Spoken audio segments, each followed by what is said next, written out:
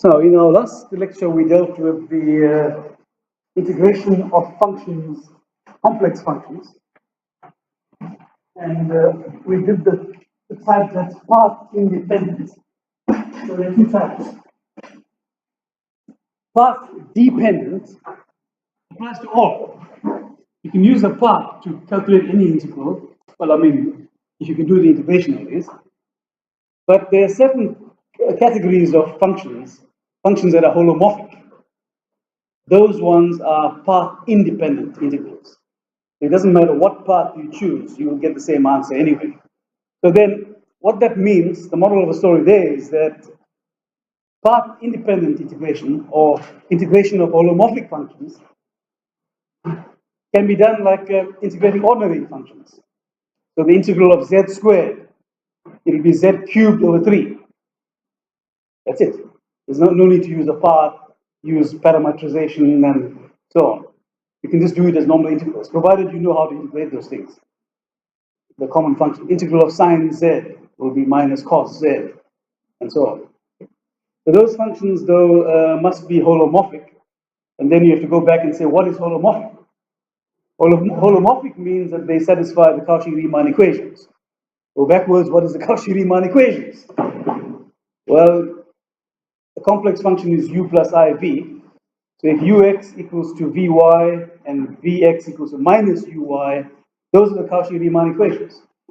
If all the partial derivatives are continuous, then the function is differentiable. So that's the substance of that last lecture. Now we go on to Cauchy's integral formula. But before we look at the general case, let's take a special case. Suppose I want to calculate the contour integral, let's say 1 over z minus z naught dz. Okay, over some circle path CR. Now, if you take a circle path CR, it's something like this. That's centered at the origin.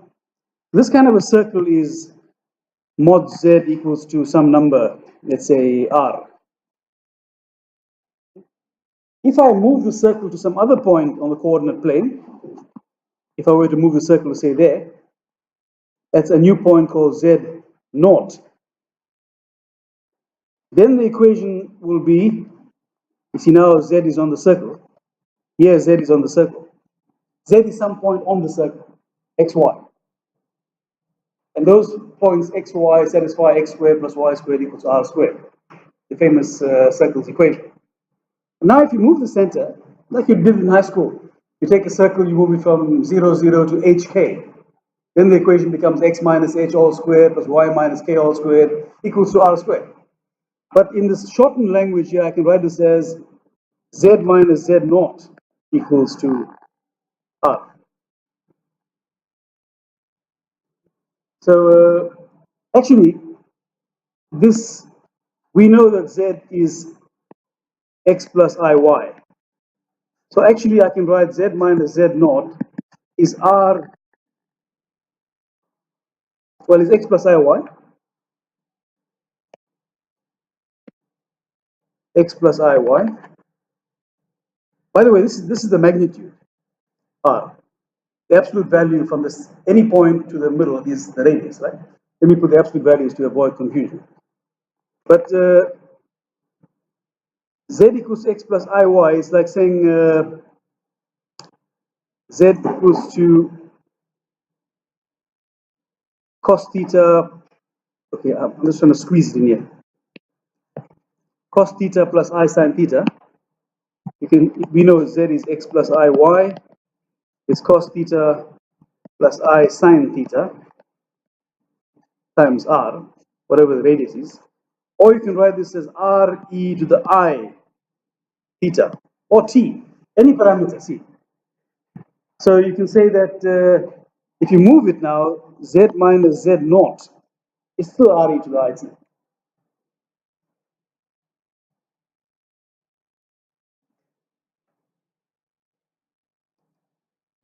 So the other thing one must keep in mind is that the positive sense of rotation is important here. It's in that direction, and you can start off from any parameter value. You can start off from t1, right? Go around the circle and come back to t1 plus 2 pi. So you will cover exactly 2 pi in total. A distance of, not a distance, I mean, you cover an angle of 2 pi if you go around. Doesn't matter where you start. Customarily, we start off at 0 and go to 2 pi. But you can start anyway. T1, but you can go around 2 pi units to come back to the start. So let's see how you calculate this now. So so far we've written down z minus z naught equals to r e to the it. If I take dz, what's dz? I can shade that. R is a constant, so it'll be ri e to the it dt. So if I want the integral of 1 over z minus z naught dz, you will get the integral along CR of 1 over z minus z naught is r e to the it. dz is ri e to the it dt. Okay? And this we can now measure from t1 up to t1 plus 2 pi. The r cancels off, the e to the it cancels off, you end up getting I dt. Or I, the integral of 1 is t. So if you put t1 here and t1 plus 2 pi, you subtract that, the t1s will cancel off, and you get 2 pi I. So that is the first result.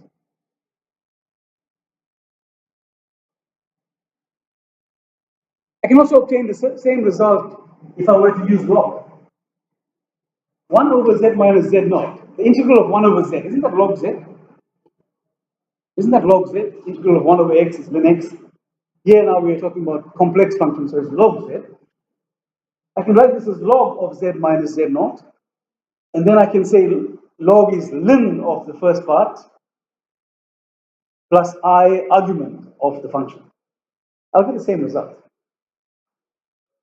You'll find that the t1s will cancel off and you'll get what you want. So now, that's the first thing.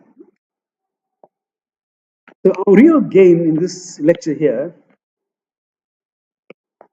we want to find a formula to establish what is the integral of f of z over z minus z naught dz. What if you have a function on the top, not just one? If you have one there, I said you can use log. But now, if you have some function on the top, how do we handle it? And more importantly, let's be more specific and say that, let's take when f of z is holomorphic. Because holomorphic functions, you now know, have nice properties. And actually, all the functions, famous functions that you know of, are holomorphic. There's only two that are bad. Which are the two? Let's see if you can remember now, after I'm insulting you many times. Which are the two functions that are not holomorphic? Z bar and mod z. Those are the two guys that are the bad ones. Otherwise, you are safe. All the other ones are holomorphic. So when we say when f of z is holomorphic, basically we're covering almost everything. Okay? But there is some finer points one has to be aware of. Let's you can note that although f of z is holomorphic, f of z over z minus z naught is clearly not holomorphic at z equals to z naught. So all I want is a numerator to be holomorphic, not the entire thing, just the numerator. I have something in mind for the numerator. So let's take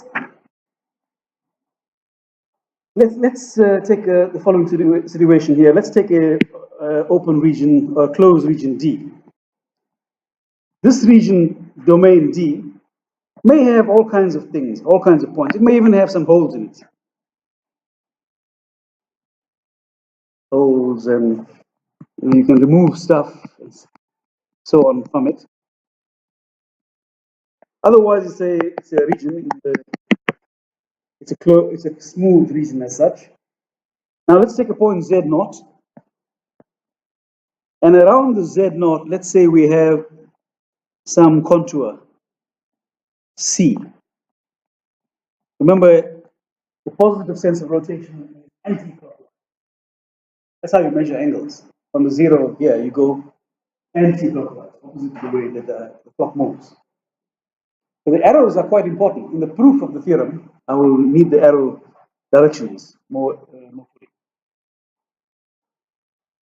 Now, so that's what we have. We've got a domain D. So I'll just write the basics down. A domain D, and we've got a point Z naught in a region C.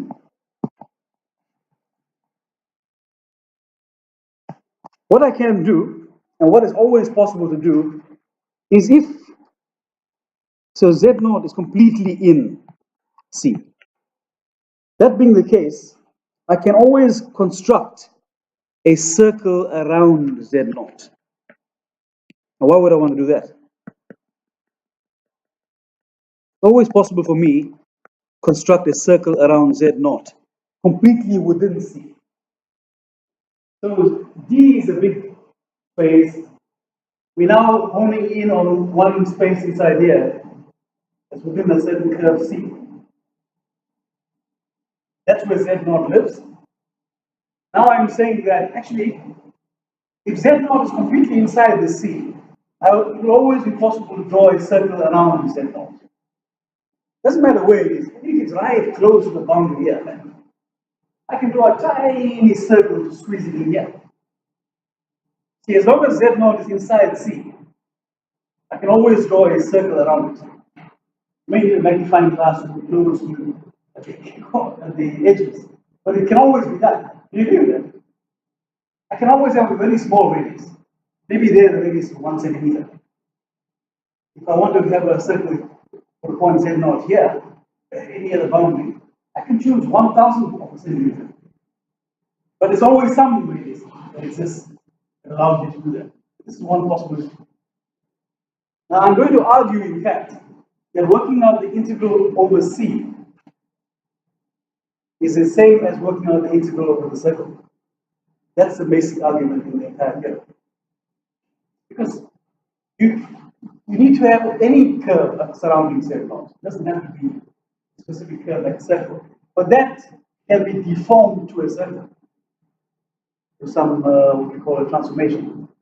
In other words, the integral on any of these curves surrounding Z naught is the same as that around the circle.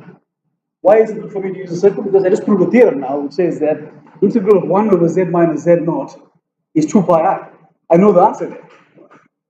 So if I can bring this down to a circle, the argument down to a circle, I'm done. I've got some forward momentum.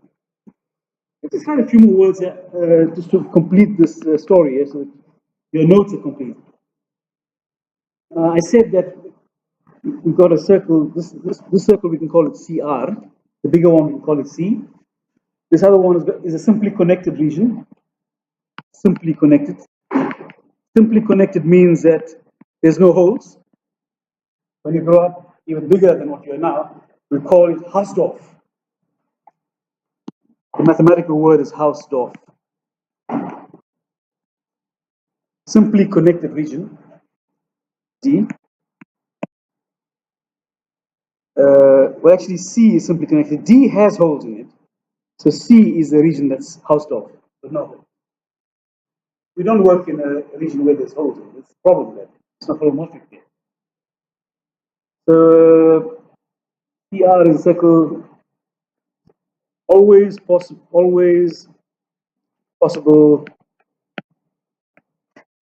to draw a circle centered at Z naught of radius R entirely within C.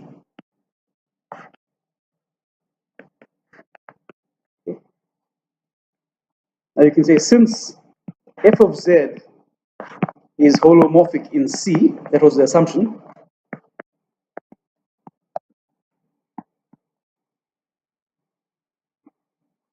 only at z equals to z naught is f of z over z minus z naught non-holomorphic. The only thing that can spoil the party here is z naught. Everywhere inside C, it's holomorphic. Cauchy integral theorems work. But when you have f of z over z minus z naught, then the z naught now spoils the party as well. It's non-holomorphic at z naught. So then I made this argument. I said that, note, integral does not change if C is transformed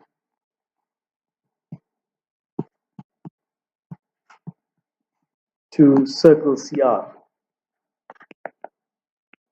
The value of the integral doesn't change.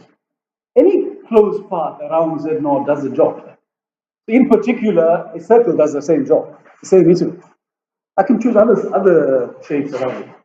It doesn't even have to be a circle. It can be an oval or whatever. So the central argument is that does not change if C is transformed to CR, provided the deformation. When I say a deformation, I mean a transformation, what we call a diffeomorphism. I don't know if you came across those words. A diffeomorphism transforms one curve to another curve. It could be a linear transformation. For example, f of x equals to 2x. If I got a line 1x and I have 2x, then it does something else. It changes the gradient. Or f of x equals x plus 2. It transforms it 2 units to the left. Something like that. That's a transformation. I can do such a transformation. It always exists. Provided the transformation does not take C past Z naught. As long as you just contract around it, you are safe. Okay, so in other words, that is, this contour integral here, or the integral around C of f of z over z minus z naught dz, is precisely the same as this integral here, f of z over z minus z naught dz. The integral along C is the same as the integral along the circle. I'm just putting that in words now. Why do we go to that stage? Because I know something about the integral on the circle. I know if this is a 1 here, and the answer is 2 pi I. We know the answer. I just proved it to you in the previous discussion.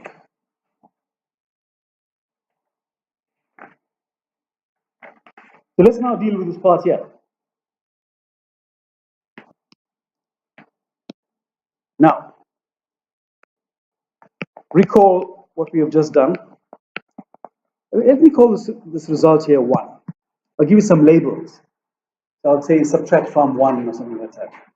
Now recall, we have said that the integral of 1 over z minus z naught dz along a circle is 2 pi I.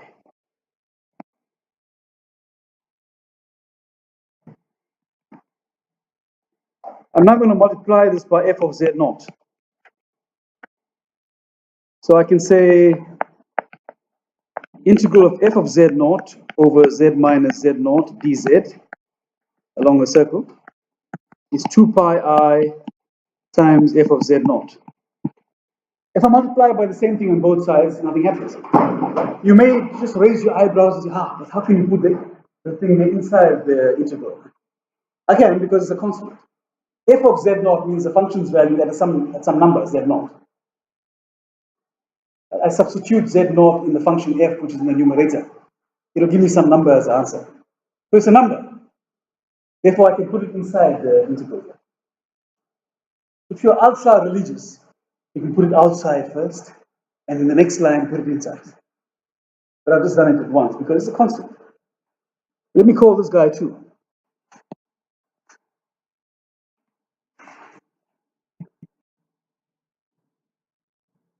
So now I'm going to subtract 2 from 1. Subtract 2 from 1. So according to 1, I've got f of z over z minus z naught along c dz minus, but I'm just going to switch the sides. It's the same thing. They're all equal. 2 pi I times f of z naught, the right-hand side. And on the top there, integral f of z over z minus z naught. This is over CR, by the way, dz, minus integral over CR of f of z naught over z minus z naught dz. Let's call this guy 3. So I subtract this guy from the brown guy on top there, one above it. See this guy here? Minus 2 pi I f of z naught. And the right hand side, subtract this thing here. They are equal. I can put them on either side, but I want to have the two CRs on one side. This is CR. In other words, contour along the circle, not just an arbitrary C.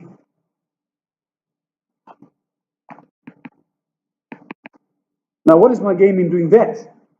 So let's just carry on here. So this can be written as f of z over z minus z naught dz minus 2 pi I, so that's C, 2 pi I f of z naught equals, this side, I can combine this because both integrals are over CR. I can have f of z minus f of z naught over z minus z naught. You can now see that there was some purpose in these moves.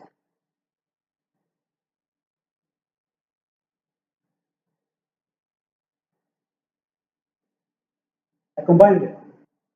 It reminds you of the limit of f of x plus h minus f of x over h over, or f of x1 minus f of x2 over x1 minus x2. Similar kind of thing. I'm trying to manipulate it to look like that. But I'm not really going to go there. I'm going to use now, I'm going to invoke a theorem. Let's call this 4. Recall. Hope you have done this in first year. The integral, the absolute value of the integral is always less than the integral of the absolute value. Recall doing that in first year? That's one of the theorems for integration. Or I can make it more, if you have two functions, the absolute value of f plus g is always less than the integral of the absolute value of f plus g. Alrighty.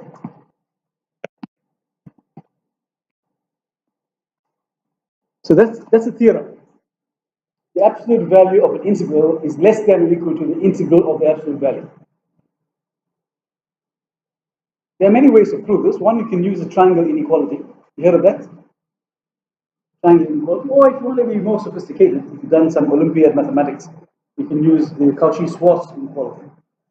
There are many tools that can be used to prove that. I don't want to go there now. That's first year stuff. So let's take absolute value of 4.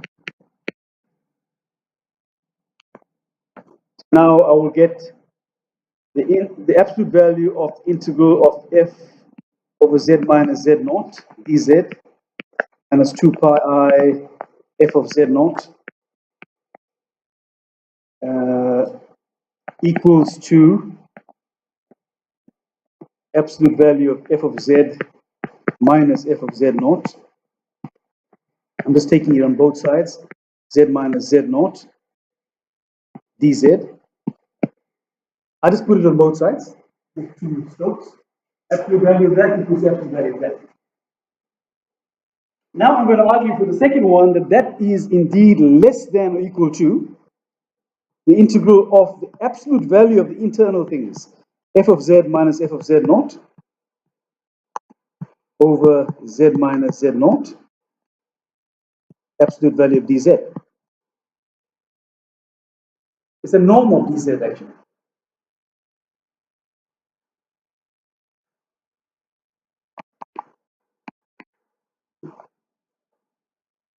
Recall, again, if you recall a few things here, that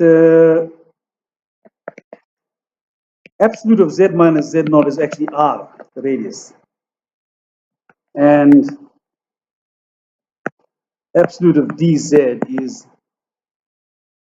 I, r. It is r e to the it. Absolute value of e to the it is 1. So it's I. And note that absolute of f of z minus f of z naught can be made as small as we like. Say epsilon. Epsilon is always a very small number. And colloquially, people use epsilon to refer to something very small. Like last week, we went to this restaurant in town, Cafe 1999. They are known for very small portions. So one mathematician said, these portions are epsilon size. You know, the old expensive restaurant with nothing. P is the main thing there, and this P probably is made in some exotic process. Or at least the writing says that. We actually used that restaurant a few years ago for students. We went down to this restaurant, and one of the professors took all the students for dinner. So after the dinner, we were driving out, and we see all the students gathered at the KFC. And that was quite strange because we had just taken them to dinner. What happens? The portion sizes are epsilon size. In any case, the argument now becomes that this guy can be made as small as possible. The other guys have got names. One is R, other is IR. So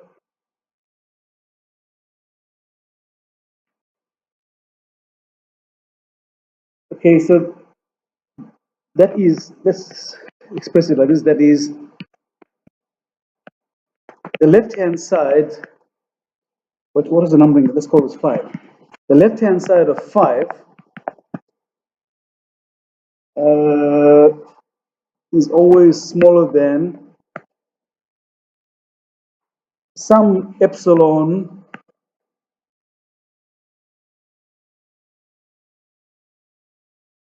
hang on, the dz, what happened to the dz? Oh, the dz, I said is IR. Actually, the dz is, you see the z. Z is, the absolute of IR. Now, let me not put it like this, it's a bit clumsy. Okay, it doesn't matter. Let's just carry on. So I said this is less than or equal to epsilon. This thing here is R. This one here, I'm calling it IR dt. So this can simplify, and of course we can do the integral from t1 up to t1 plus 2 pi. We brought this down to a circle. We said that the integral is now on a circle. So we can go from t1 to t1 plus 2 pi. So effectively this can become 2 pi I epsilon.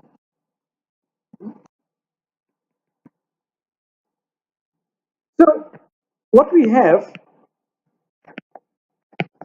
is that the left-hand side of 5 is smaller.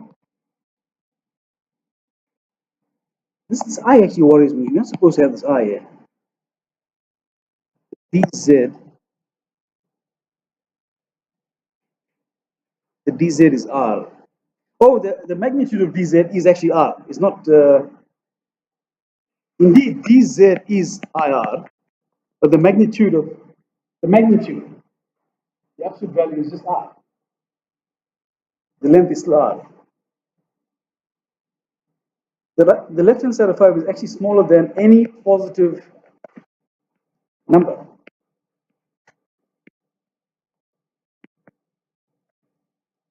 2 pi I, 2 pi epsilon. Epsilon is some very small number.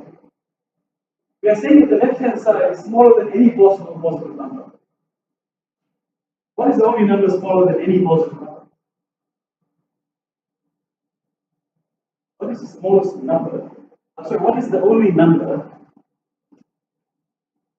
smaller than any positive number? 0. That forces the left-hand side to be 0. And that's the end of the game.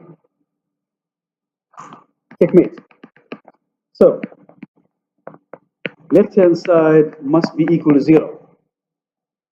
That is, I can take off the absolutes now and say the integral of f of z over z minus z naught dz minus 2 pi I f of z naught is 0 along any contour C.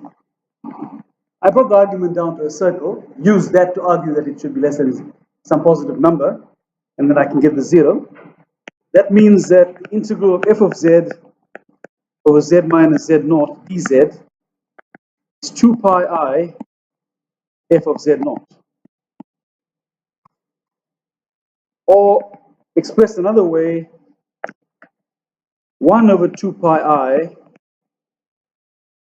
integral of f of z over z minus z naught dz along a path C is f of z naught. This is known as Cauchy's integral formula. This is called Cauchy's integral formula.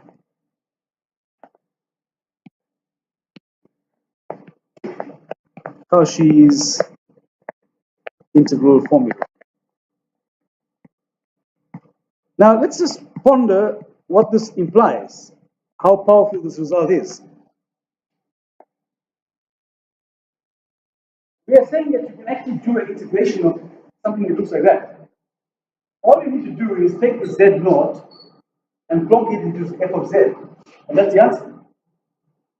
You don't have to actually integrate something. That's the power of theorem. Of course, what happens if there's a 1 here, or even a constant? Suppose you have a 1 here. Integral of 1 over z minus z. Isn't that answer 2 pi I done above? So the answer will be just 1. So 1 over 2 pi I would fill the 2 pi I, and you'll get 1 here. That checks out. The neighbor of z is 1. You get 1 on this side and 1 on this side. But now we said that you can have any holomorphic function on the top, the numerator, and all you do is you have 2 pi I multiplied by f of z naught. Just plug the z naught into that function, the holomorphic function, and the game is over. There's no integration to be done. Integration without integration. So that's the power of this theorem. Any questions? Pause now to let's take a few questions from the audience.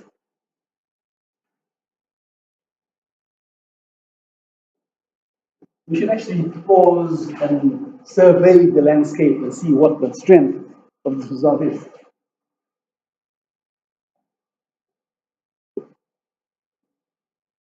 As usual, I'll make my own questions.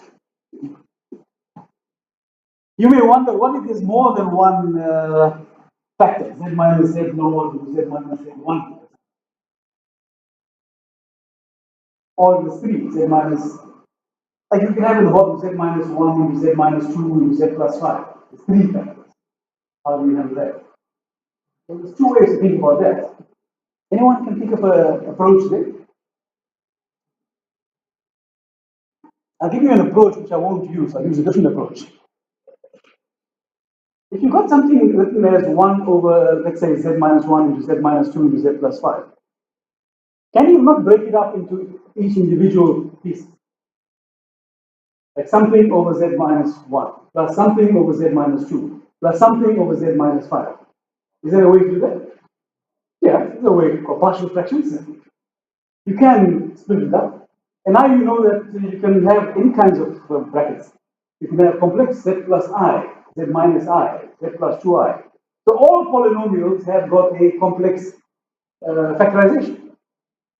So with the help of partial fractions, you can always split them up into many small programs. And do it that way. add the answers up.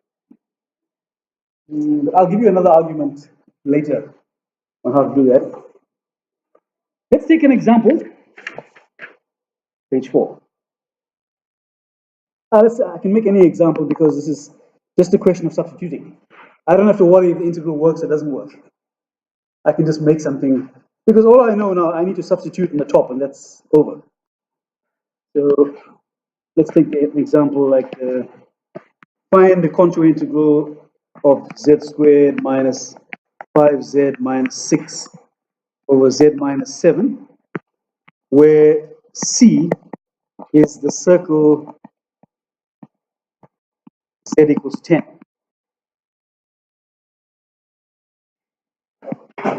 So we have a circle z equals to 10. The radius of 10 units.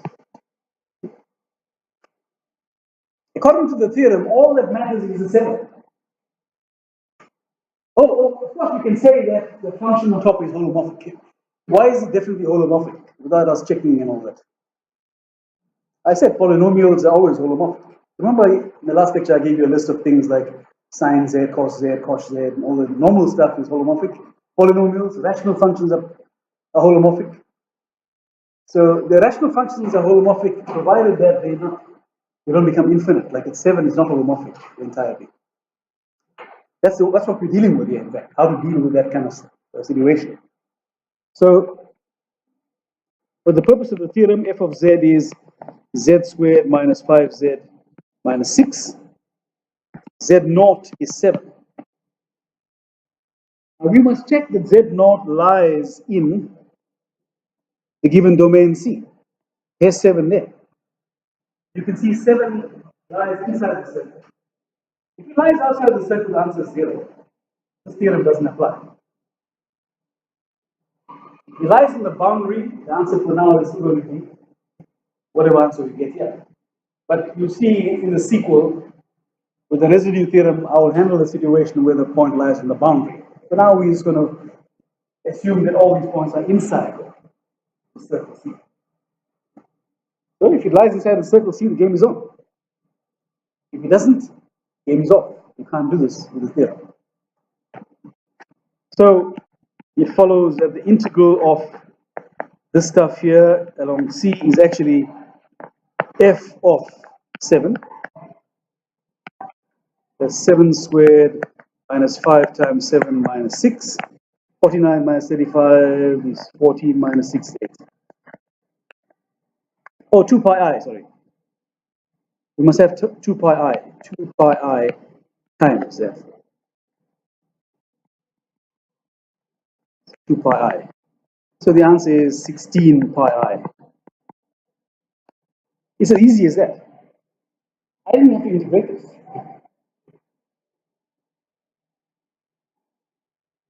You can do it like that. It's as simple as that. According to Cauchy's integral formula, you just have to have a holomorphic function on top. The bad boys at the bottom, substitute them in the top guy, and that's the integral. That's what we proved with that, making it, shrinking it into a circle and showing that the right-hand side is actually smaller than any positive number. Let's take this example that's in the textbook because you may struggle to understand it, and it's a good teaching example. Example number 35. Find the contour integral along some part C of e to the I z over z squared plus 1 dz, where C is the cardioid,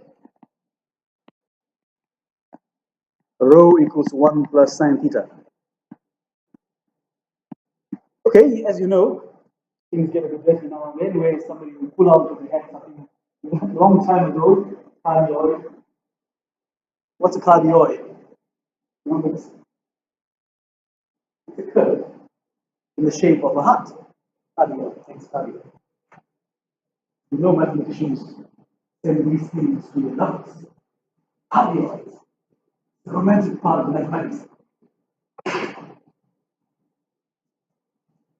trouble with mathematical jokes is that that's why I stopped telling you, because nobody understands it. Everyone laughs. Oh, I'll tell you what I do at Howard College, the big engineering class. Before you tell a clever joke, you always say that only the most intelligent guys will get this joke. And then you tell the joke and the whole class will start laughing. But maybe two or three guys actually understand the actual joke. So now I stopped telling these jokes. Okay. I thought of a joke, but I won't tell it. Now, okay, so if you have something unfamiliar like a cardioid, you don't spring this upon you in an exam because you may have forgotten what it is and you get zero for this whole problem if you don't know what a cardioid is. It will help you, or we might set something that we have seen before. So now that we've showing you what's happening, we can now set this question in the test. That's how it works. Cardioid is something like this. Rho is like a radius, which changes with the different theta values. And okay, so this is rho equal to 1 plus sine theta. Theta is the angle. When theta is pi over 2, it will be 1 here.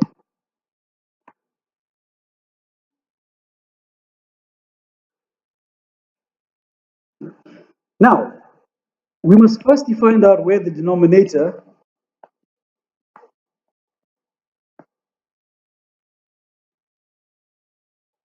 is 0.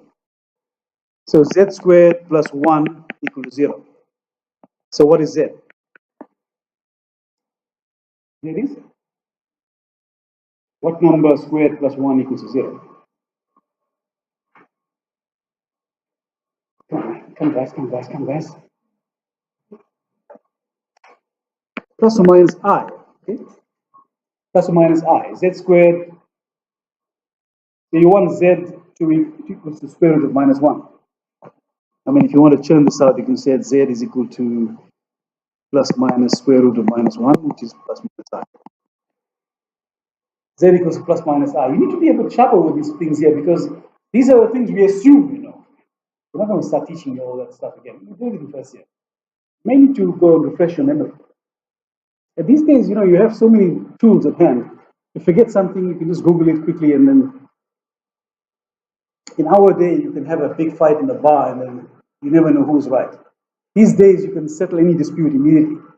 Yeah, I'll just pull out his phone and Google it, and then you either win or lose. Now, let's plot z equals to 1 plus I. If you take z equals to I, actually it's 0 plus 1I. In other words, the coordinates are 0, 1. So 0, 1 is actually here on the boundary, but let me just assume it's going to be here for the purpose of the argument.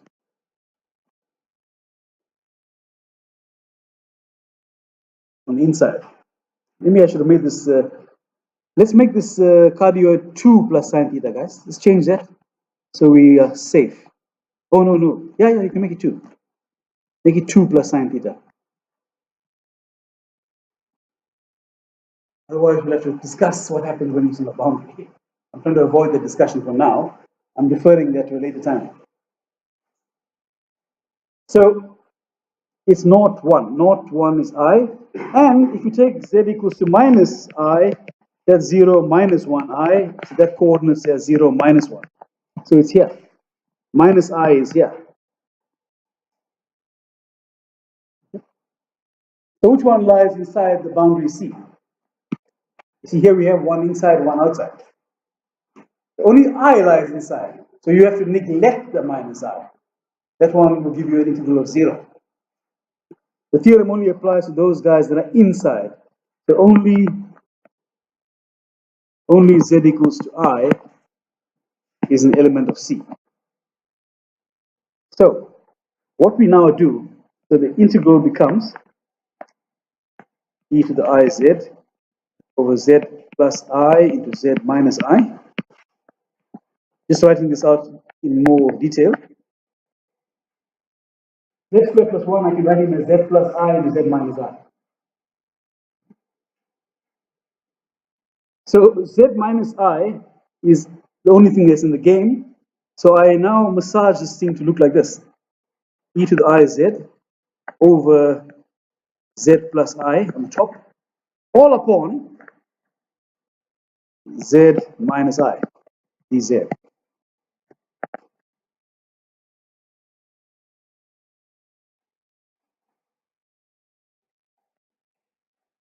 Because now I can tell what the f of z is going to be.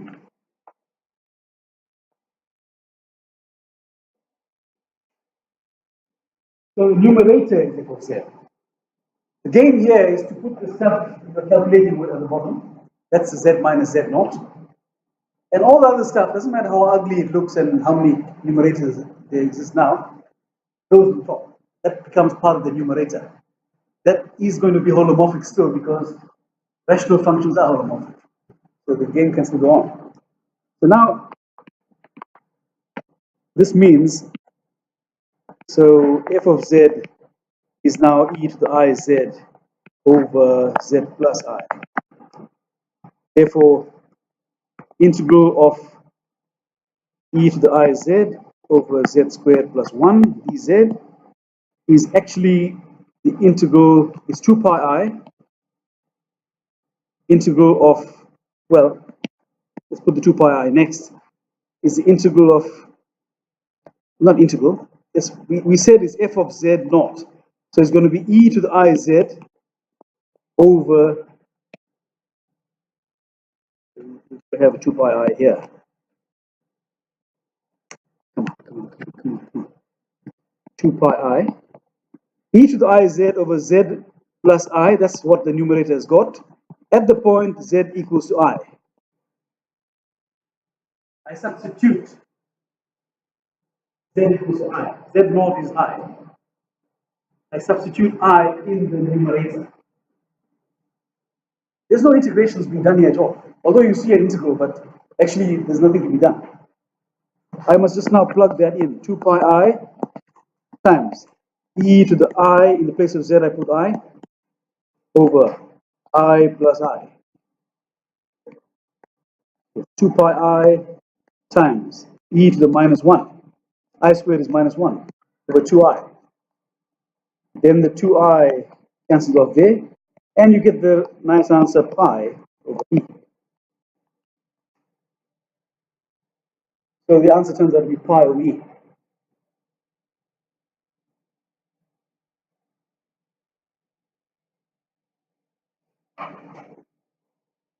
Okay, so just to recap, you see that there were two suspects, plus I and minus I. Only plus I was in the game, inside the curve. The one that's outside, ignore it. Now you're still wondering, what if they're both of them were inside? That will be in the next half of the lecture. Give you a short break for 5 minutes now. The next half, I will deal with the multiple points where it's not holomorphic. Although we discussed it, I told you you can use partial fractions. I'll show you a cleverer way of handling that problem there. Let's have a 5-minute break.